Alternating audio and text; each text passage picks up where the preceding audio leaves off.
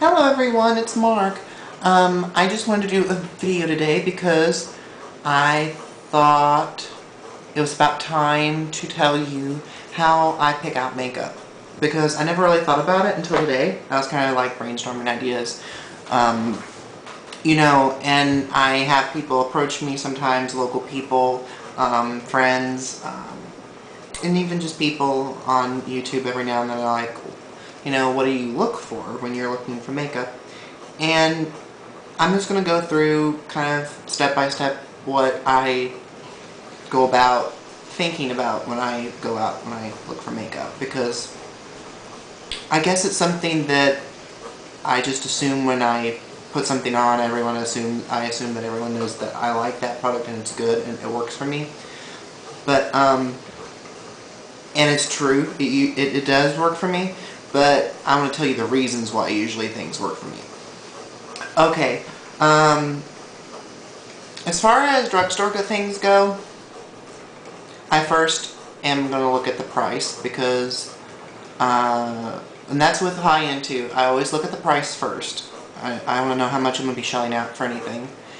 And then the second thing I look for is the label, like who it is. The people I look for the most drugstore wise usually is L'Oreal Hip first. Is usually the first one I will be to, because they usually have the best payoff on all their eyeshadows, and I need to define payoff. I just because it just needs to happen. Payoff is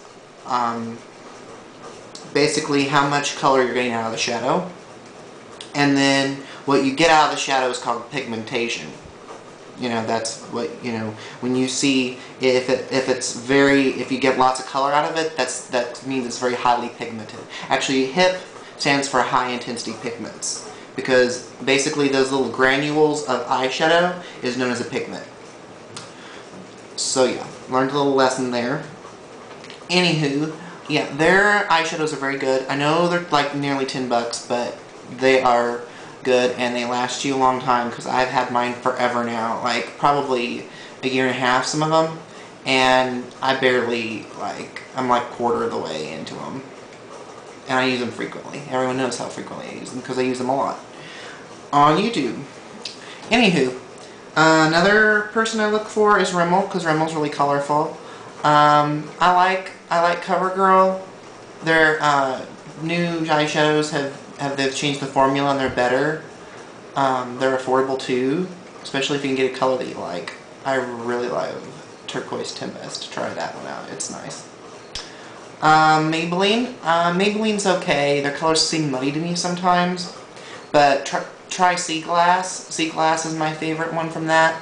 It's really pretty aqua teal. That's the one I fixed on the eyeshadow video, the broken eyeshadow video. Let's see what else. But basically, when I go up to the actual lip gloss, foundation, also another thing I'm going to consider is, have I reviewed it online first? Have I seen if it worked for other people? Because I will go on makeupalley.com, check it out. I'll make a link in the sidebar. They do reviews. People sit down and do reviews on cosmetics, and they'll tell you if the product is good or not. And if there's a consensus of people who like that, it'll get a good rating. Like Lash Blast has an awesome rating on there. Colossal has an awesome rating on there. You just gotta, before you buy, always make sure you have seen what people are talking about. Also, just check out other people on YouTube. As soon as that product hits the shelf, I see 20 people already talking about it. So, definitely check other people's reviews too. And remember, everything works differently for everybody, because everybody has different skin types, everybody has different things they're seeking for. I usually like something very colorful, smooth application, and I want it to be usually fragrance-free. I don't like things with fragrance. Like, usually if it has something with fragrance in it, like Colossal actually turned me off the first time I ever used it, because it smelled horrible to me. But I've gotten used to the fragrance, but I hate fragrance. That's why I usually like Clinique when I come to high-end. And MAC. Well, MAC fragrances things, but they have a good fragrance. They use vanilla, and it's very nice. MAC, you usually can't go wrong with whatever you're buying. I mean, you pay for what you get when it comes to MAC. Same with Clinique. You're going to pay for what you get. Don't get their shadows on the other hand. I love Clinique to death, but their eyeshadows, there's only like maybe 3 or 4 of them I would recommend to people. And that's Peacock, Golden, Strike It Rich, which is a gold. There's a purple, and there's like one more. And that's all I'd suggest, because their colors aren't all that pigmented. I mean, if you want to wash a color and you want to have a normal everyday look, go for it. But if you want something bright and colorful like what I'm looking for when I look for makeup, you're not going to want that. Because when I go out to look for makeup, I'm not looking for something that's going to be boring. I'm going to look for something that's going to be in your face. And I'm going to want to pay, you know, I have a certain range. You know, I'm going to pay probably like 5 to 10 to 20, and then 30 is probably where I'll cut off. I'm not going to buy anything probably shadow-wise.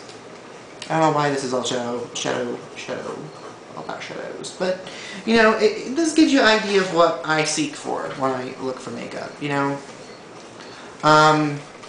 Usually don't pay attention to Revlon, usually don't pay attention to other L'Oreal products. I do like some Almay products. I like Max Factor a lot. Max Factor has some awesome stuff. I think that's really all I have to say about that. About shopping for makeup. Especially drugstore. I really covered drugstore good. If you guys have any questions about what I look for in makeup, leave a video response like my friend Cody's been doing. That's awesome. I love seeing video responses. And, you know, send me a comment and ask me, you know, what you look for. Tell me what you look for when you're going out for drugstore makeup or high-end. Anyways, toodles. Haven't done that in forever.